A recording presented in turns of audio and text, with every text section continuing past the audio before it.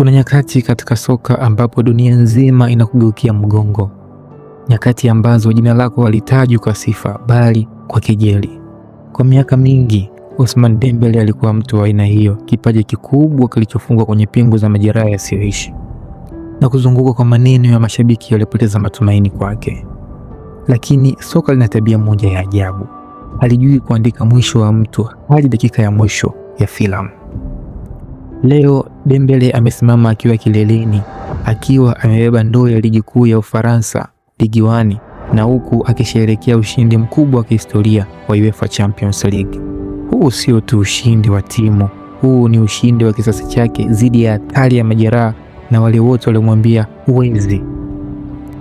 Aliponunuliwa na Barcelona mwaka 2017 kwa mamilioni ya pesa akitokea Borussia Dortmund, dunia ilijua mrithi wa Neymar amepatikana. Kasi ya umeme, uwezo wa kutumia miguu yote miwili na chenga za mauzi. Lakini badala ya viwanja vya soka, Dembele alijikuta akitumia muda mwingi kwenye vitanda vya hospitali. Kila akijaribu kunyanyuka, misuli inakataa. Vyombo vya habari vilimwita mchezaji wa kioo, yani injury prone. Mashabiki walimzomea. Alionekana kama uwekezaji wake uligonga mwamba. Kisaikolojia, kijana huyo alikuwa anapitia mazito, lakini moyoni mwake alikuwa anajua ipo siku nitaunguruma tena. Uamuzi wa kujiunga na Paris Saint-Germain, PSG, ulikuwa zaidi ya mwisho wa soka. Ulikuwa ni utafutaji wa amani ya moyo.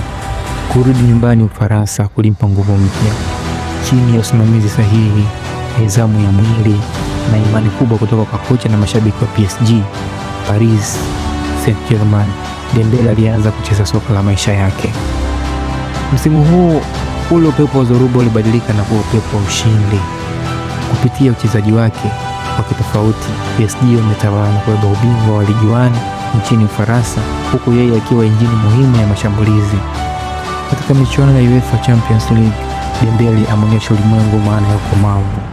Hakurudi nyuma kwenye mechi kubwa. Alikimbia kwa njia kwa ajili ya nembo ya timu, na sasa anasherehekea mafanikio makubwa zaidi barani Ulaya ambayo wengi walidhani hata hawaikuyagusa tena.